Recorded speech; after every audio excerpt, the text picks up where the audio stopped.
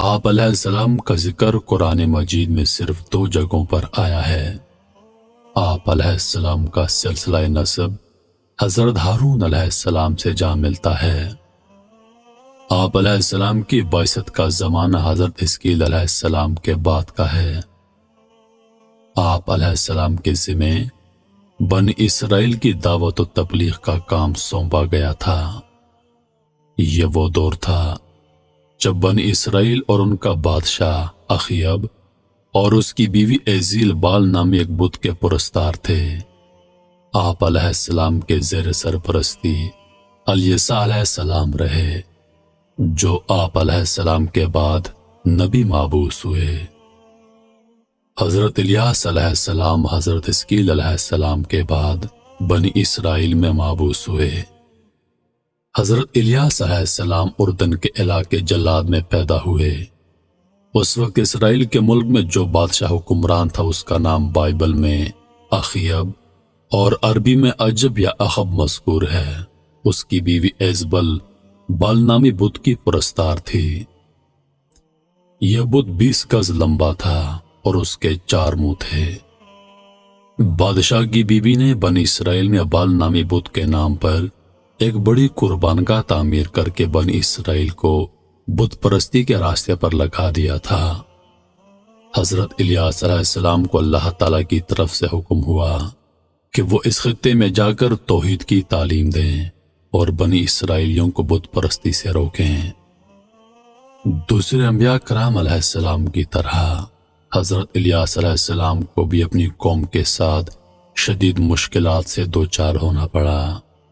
قرآن مجید نے صرف اتنی بات بتائی ہے جو عبرت حاصل کرنے کے لیے ضروری تھی کہ ان کی قوم نے ان کو جھٹلایا اور چند مخلص بندوں کے سوا کسی نے بھی حضرت الیاس علیہ السلام کی بات نہ مانی۔ جیسا کہ قرآن پاک میں اللہ تعالیٰ ارشاد فرماتا ہے، بے شک الیاس بھی پیغمبروں میں سے تھے جب انہوں نے اپنی قوم سے کہا، کیا تم اللہ سے نہیں ڈرتے؟ کیا تم بال نامی بت کو پوجتے ہو اور اس کو چھوڑ بیٹھے ہو جو سب سے بہتر پیدا کرنے والا ہے، وہ معبود تمہارا اور تمہارے اگلے باپ دادوں کا بھی ہے۔ پس انہوں نے اس کی تکذیب کی۔ یقیناً وہ گرفتار کر کے حاضر کیا جائیں گے، مگر ہاں جو اللہ کے چیدہ برگزیدہ بندے تھے، اور ہم نے پیچھے آنے والوں کو الیاس کے لیے یہ بات رہنے دی کہ الیاس پر سلام ہو۔ بے شک اللہ نیکوکاروں کو ایسا ہی صلا دیا کرتے ہیں۔ اس میں کچھ شک نہیں کہ الیاس ہمارے ایماندار بندوں میں سے تھا۔ حضرت الیاس علیہ السلام نے بنی اسرائیل کے بادشاہ اخیب اور ان کی رعایا کو بت کی پرستش سے روک کر توحید کی دعوت دی، مگر 1-2 افراد کے سوا کسی نے آپ علیہ السلام کی بات نہ مانی، بلکہ آپ علیہ السلام کو طرح طرح سے پریشان کرنے کی کوشش کی۔ یہاں تک کہ بادشاہ اخیب اور اس کی بیوی ایزبل نے آپ علیہ السلام کو شہید کرنے کے منصوبے بنا لیے۔